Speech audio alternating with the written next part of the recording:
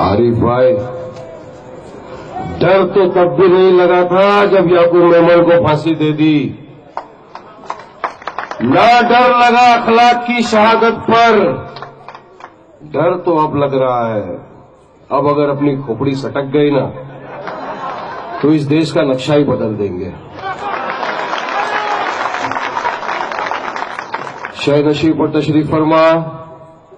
हमारे महाराष्ट्र के शेर, महाराष्ट्र औरंगाबाद के आमदार और मेरे भाई जनाब इम्तियाज जलील साहब, नागपुर अध्यक्ष फैसल साहब, नौशाद भाई, जिया भाई, आरिफ गौरी साहब, इकराम भाई, सगीर भाई और तमाम मजलिस इत्तेहादुल मुस्लिमीन के चाहने वाले और यहां पर मौजूद मेरे दोस्त, मेरे भाई, मेरे बुजुर्ग और घर पर बैठ के सुनने वाली मेरी पर्दानशी मां बहनें, आज का ये जलसा हाजरा के नाम पे रखा है ताकि पता चले आपको आज देश में क्या हो रहा है, आज के हालात क्या है। पता तो सबको ये क्या हालात हो रहे हैं, मगर बताना जरूरी है। जो हमसे कहा गया था कि हम अख्तियार में आने के बाद काला धन लेकर आएंगे, सबके अकाउंट में 15-15 लाख जमा करेंगे, क्या जमा हुए? काला धन तो नहीं आया, मगर एक इतना बड़ा महंगाई का पहाड़ सबके गिर पर पड़ गया कि अब तो ऐसा लग रहा है भाई अच्छे दिन में इनकी कहानी छोड़ दे, अच्छे दिन तो अब मजलिस से इंशाल्लाह ताला आएगी तब आएंगे। ये ख्वाब दिखाना छोड़ दो, सिर्फ सियासती भाषण देकर तुम इख्तियार में आकर बैठे, पूरे देश को लूट लिया। आज अमीर जो है वो 2-3 जने अमीर बनते जा रहे हैं, बाकी पूरे देश के लोगों के अंदर ऐसा गरीबी का साया छाया है कि लोगों ने तो कहा कि सरकारी मनुष्य यार जब से आए कुछ धंधा ही नहीं है, काम ही नहीं है, कुछ नहीं है, जहां देखो सूखा पड़ रहा है। सूखा इतने सालों में कभी इतना नहीं आया, इनके आते ही आ गया। तो कहीं ना कहीं ये गलती तो है, और ये किसने गलती की इतनी बड़ी? जो उस वक्त सत्ता में बैठे 15 साल हमारे आपके वोटों को वोट बैंक समझ के लूटा। ये कांग्रेस और राष्ट्रवादी की नपुंसकता का नतीजा है जो आज आप और हम सब बैठ के भुगत रहे हैं। अगर इन्होंने 15 साल बैठकर काम किया होता तो आज ये नौबत नहीं आती, आज आपको और मुझको बैठकर ये दिन नहीं देखने पड़ते। और इंशाअल्लाह अब तो ये तो आने वाले नहीं है ना, ये आने वाले। लोगों ने सबका चेहरा देख लिया है साहब। आज 15 साल सत्ता में रहे, वक्फ बोर्ड की हमारी 1 लाख एकड़ के करीब जमीन थी। अगर वो जमीन ही हमको दे देते तो हमको ना किसी एड की जरूरत थी, ना किसी के डोनेशन की जरूरत थी। मगर साहब 15 साल कुछ नहीं किया इन्होंने। मगर मजलिस इत्तेहादुल मुस्लिमीन आई, 2 साल हुए और अल्हम्दुलिल्लाह आप सबने देखा कि औरंगाबाद में एक वक्फ की जमीन पे जो कब्जा किया हुआ था उसको किस तरह से मजलिस के शेर इम्तियाज जलील ने जाकर खाली कराया नहीं, खाली कराया रे। तो अगर हम आके 2 साल में ऐसा कारनामा कर सकते हैं कि जगह पे घुस के अपनी जगह मांग सकते हैं, क्योंकि हमने बचपन से सीखा है जो चीज मांगने से नहीं मिलती उसको छीन के लेना चाहिए था। और मजलिस इत्तेहादुल मुस्लिमीन समझ गई है अब कि यह मांगने से नहीं मिलेगा, लेकिन इंशाअल्लाह छीनने में भी हमारे शेर बहुत माहिर है, छीन के लेंगे साहब अभी। और देखा तो ये जा रहा है, यहां पर तो बच्चे भी बड़े हो गए। हाफ पैंट थी चट्टी, अभी बड़ी फुल पैंट आ गई। कुछ नहीं होगा, फुल पैंट पहनने से अक्कल नहीं आ जाएगी, पैंट बड़ी होने से अक्कल बड़ी नहीं हो जाएगी। ये इस तरह की भाषणबाजी करना छोड़ो। पिछले हफ्ते में मोहन भगवत ने आगरा में कह दिया मुसलमानों के बच्चे बढ़ रहे हैं, अरे बच्चे पैदा करो, धड़ाधड़ बच्चे पैदा करो। भाई सवाल क्या, कैसे पैदा करेंगे? शादी आप करते नहीं तो बच्चे कैसा पैदा, ऐसा पैदा कर देंगे। तो ऐसे बच्चों को क्या कहेंगे आपको पता है ना, मैं नाम नहीं लेना चाहता हूं। शादी करो नहीं, बच्चे पैदा करो। अरे हमने डिबेट में कहा कि क्या प्रधानमंत्री अपने आरएसएस के प्रचारकों को ये कहेंगे कि जाओ शादी करो और बच्चे पैदा करो? तो कहा नहीं। मतलब खाली बोलने का, बच्चे पैदा करो। आज तो सियासत इस हद तक ये लेके चले गए हैं कि पहले तो इकोनॉमी बढ़ाएंगे, ये करेंगे, लोगों को बहला फुसलाकर यहां तक लेकर आ गए और अब बच्चे पैदा करने की लाइन में लगा दिए। जो नामुमकिन है मुमकिन करके दिखाओ, चलो करो शादी सब। और नहीं करते तो साफ बोलना छोड़ दो। पब्लिक समझदार है, सब बोल बचन समझती है। अभी आप लोगों की जो बातें हैं सबके समझ में आ गई है। इतने साल बेवकूफ बनाया, अब तो बेवकूफ नहीं बनने वाली है पब्लिक साहब। सब समझदार हो गए हैं और यही हम लोग असेंबली में भी होता है साहब। काफी लोग आते हैं, जैसा इम्तियाज भाई ने भी आपके सामने बताया कि 286 है। बोले नहीं साहब 288, 2 का है। अरे बोले वो दिमाग लगा रहे हैं। अरे ऐसा दिमाग लगाते हैं साहब कि इनके पास जवाब ही नहीं, हमको क्या जवाब देंगे। आज भी मेरा लेट आने का कारण यही था कि ईद के लिए हमने एक मीटिंग बुलाई। चीफ मिनिस्टर साहब ने मिनिस्टरों की और तमाम वरिष्ठ पुलिस अधिकारियों की एक मीटिंग की। ये कहा ईद आ रही है, हमको सबको संभल के रहना है, त्योहार का टाइम है, गणेश चतुर्थी फेस्टिवल भी है। साहब हम लोग तो कुछ करते नहीं, हम खामोश। हमने क्या किया है? आपने पिछली ईद के पहले हमारा बीफ बैंड कर दिया।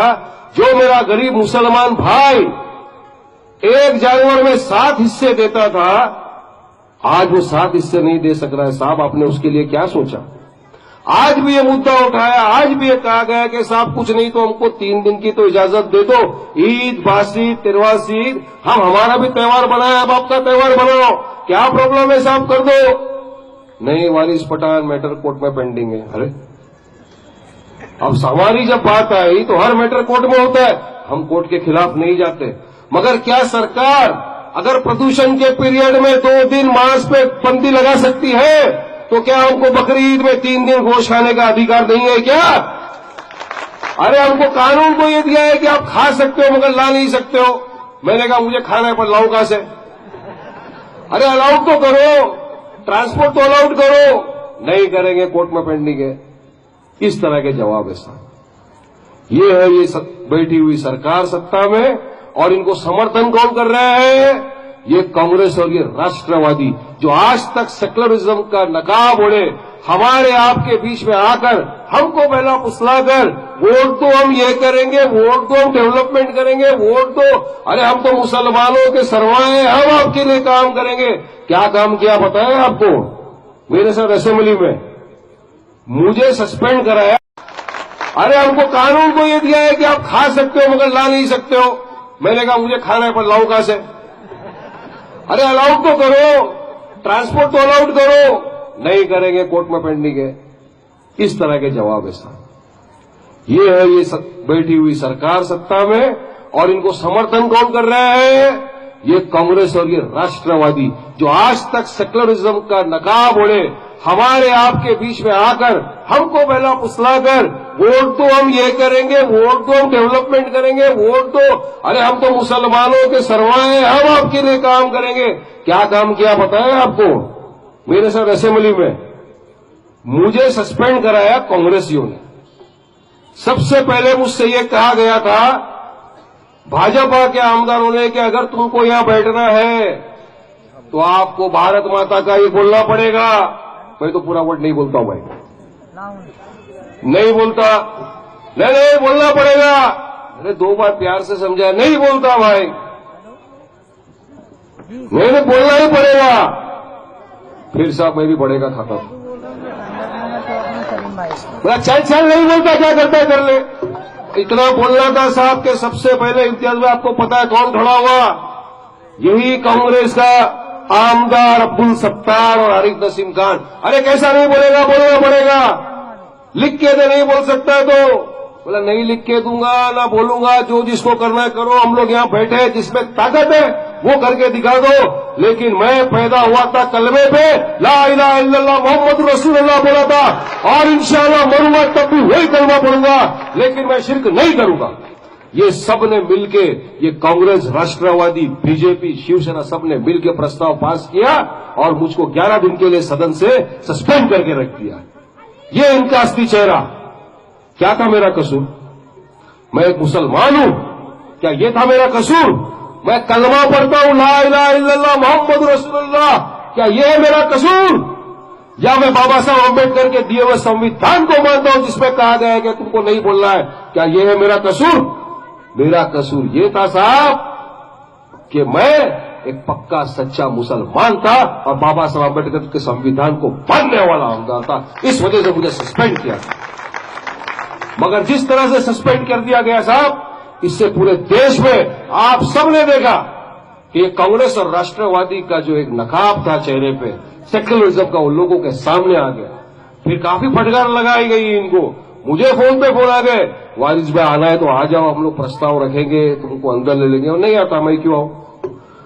पब्लिक ने तो देख लिया तुम क्या हो। तुम आज तक जो लोगों को बेवकूफ बना के वोटों की राजनीति कर रहे थे, वो तो पब्लिक ने देख लिया क्या है। यही चीज ये चला रहे साहब पूरे देश भर में। आप यूपी को देख लीजिए, जहां पर ये बजरंग दल और विश्व हिंदू परिषद ट्रेनिंग कैंप दे रहे हैं लोगों को, लाठी चलाना, तलवारबाजी चलाना, बंदूक चलाना सिखा रहे हैं। और सामने किसको खड़ा किया है साहब? सामने बेचारा मेरा एक मजलूम भाई, टोपी पहन के है, दाढ़ी वाला है, उसको बिठा के रखते हैं और उस पर टारगेट प्रैक्टिस करा रहे हैं। ये अलाउड किया। मगर जब हमारे प्रेसिडेंट बैरिस्टर असदुद्दीन ओवैसी साहब ने परमिशन मांगी कि मुझे वहां पर रैली करना है, पब्लिक मीटिंग करना है, परमिशन दो, तो हमको परमिशन नहीं देते। क्यों नहीं देते परमिशन भाई? हमको टेरर कैंप लगाने के लिए परमिशन आप दे सकते हो, तो हमको मुसलमानों के, दलितों के बीच में जाकर उनके काम करने के लिए इजाजत क्यों नहीं दी जाती है साहब? क्यों हमको विकास के नाम पर नहीं आगे बढ़ने दिया जाता है साहब? बताइए हमको। अरे हम तो कहते हैं कि हम विकास की बात करते हैं, हम डेवलपमेंट की बात करते हैं। इतने साल से जो गरीब मुसलमान का, दलित का विकास नहीं हुआ, हम उस विकास की बात करना चाहते हैं, तो हम आप लोग हमको रोकते हो। यह हो रहा है साहब। इससे एक चीज ये साबित हुई है कि पूरे देश में मजलिस की जो दहशत है वो लोगों के दिमागों में पूरी तरह से घुस चुकी है। क्योंकि मजलिस एक वो पार्टी है, मजलिस एक वो जमात है, आपकी अपनी जमात है, जो गरीबों की, मुसलमानों की, दलितों की डेवलपमेंट की बात करती है, विकास की बात करती है, आगे बढ़ने की बात करती है, हमारे बच्चों के लिए स्कूलें बनाने की बात करती है, उसमें फ्री एजुकेशन देने की बात करती है, फ्री हॉस्पिटल बनाने की बात करती है।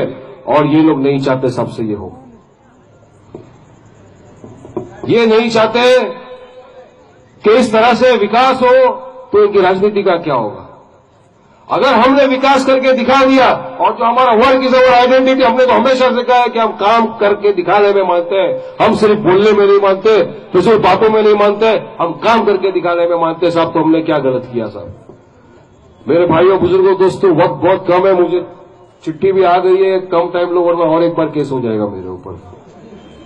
केस से डरता नहीं मैं, लेकिन मैं तकलीफ नहीं पैदा कराना चाहता हूं आपके लिए। बहरहाल मैं सिर्फ आपके सामने 2-3 बातें ये रखना चाहता हूं कि जब आज की तारीख में देश के जो हालात है, उससे एक चीज हम सबको ये सीखना है कि हमको एक दूसरे के साथ इत्तेहाद पैदा करना होगा। अगर हमने इत्तेहाद पैदा नहीं किया, अगर हम मुत्तहिद नहीं हुए, तो साहब फिर से इसी तरह से हमको और हमारी आने वाले बच्चों को इसी तरह से फेस करना पड़ेगा। हमको फिर से इसी तरह के रस्तों पे, इसी तरह के स्कूलों पे, इसी तरह के हॉस्पिटलों में जाना होगा। लेकिन नहीं, मुझे इतना यकीन है मेरे भाई पे कि हम अगर एक होकर, जो हमने औरंगाबाद में करके दिखाया कि दलित मुसलमान एक होकर हम लड़े, हमने 26 कॉर्पोरेटर जीत के लाए इंशाअल्लाह। मैंने पहले भी कहा था, औरंगाबाद तो झांकी है, अभी नागपुर शहर बाकी है।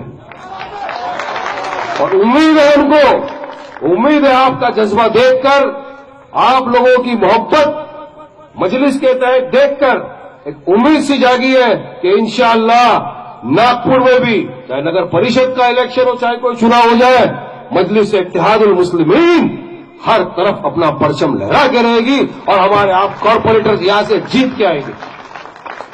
क्योंकि हम लोगों को विकास करना है ना साहब, मगर इनकी सियासती बातों में, इनकी सियासती चालों में न आना साहब। इनके पास सिर्फ बोलने की है, बोलने की आदत है, ये सिर्फ बोलते हैं, काम करके नहीं दिखाना चाहते हैं। काम करते हैं हम, काम करती है मजलिस इत्तेहादुल मुस्लिमीन, जिसका उदाहरण है, जिसका एग्जाम्पल है कि अगर आप हैदराबाद में जाकर देख लो तो आज भी ऐसी स्कूलें हैं जहां पर बच्चों की फीस, जहां पर बच्चों का यूनिफॉर्म, जहां बच्चों की किताबें, जहां बच्चों का ट्रैवलिंग एक्सपेंस तक मजलिस इत्तेहादुल मुस्लिमीन बेयर करके उनको फ्री के अंदर एजुकेशन देती है। ये साहब, आप चले जाइए ओवैसी हॉस्पिटल के अंदर हैदराबाद में, आप देखिए इलाज 10 रुपए में आपको एक कार्ड निकाल लेना है, 3 महीने तक जो भी इलाज हो 10 रुपए में इलाज फ्री। क्या किसी बीजेपी ने, क्या किसी कांग्रेसी ने कहीं ऐसा हॉस्पिटल बनाया जहां पे इलाज फ्री हो?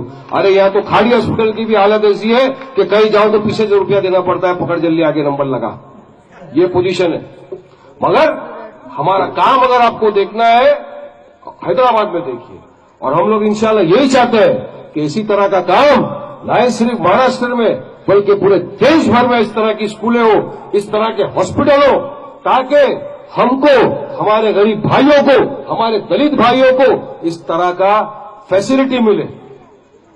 जो लोग सिर्फ जुबानी खर्च करके आपको बोल के जाते हैं, नहीं करते, हम लोग वो करके दिखाते हैं, और सिर्फ बोलते नहीं, आपके सामने एग्जाम्पल सेट करके दिखाते हैं कि अगर वारिस पठान ने ये कहा तो मैं जाकर चेक करके आऊंगा। आप चेक करके आइए और देखिए, आपको तो लगेगा नहीं, जो वारिस पठान ने बोला था 100% सही थी, बल्कि कुछ कम बताया हुआ तो और ज्यादा फैसिलिटी मिल रही है हम लोगों को। ये है जमात साहब।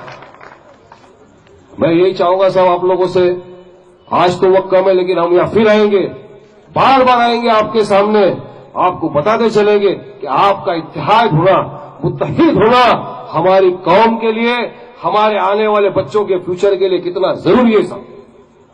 लिहाजा मैं आपसे बस अदबन गुजारिश करता हूं, दरखास्त करता हूं कि साहब एक हो जाइए इसी तरह, और मजलिस के साथ रहिए, जमात के साथ रहिए।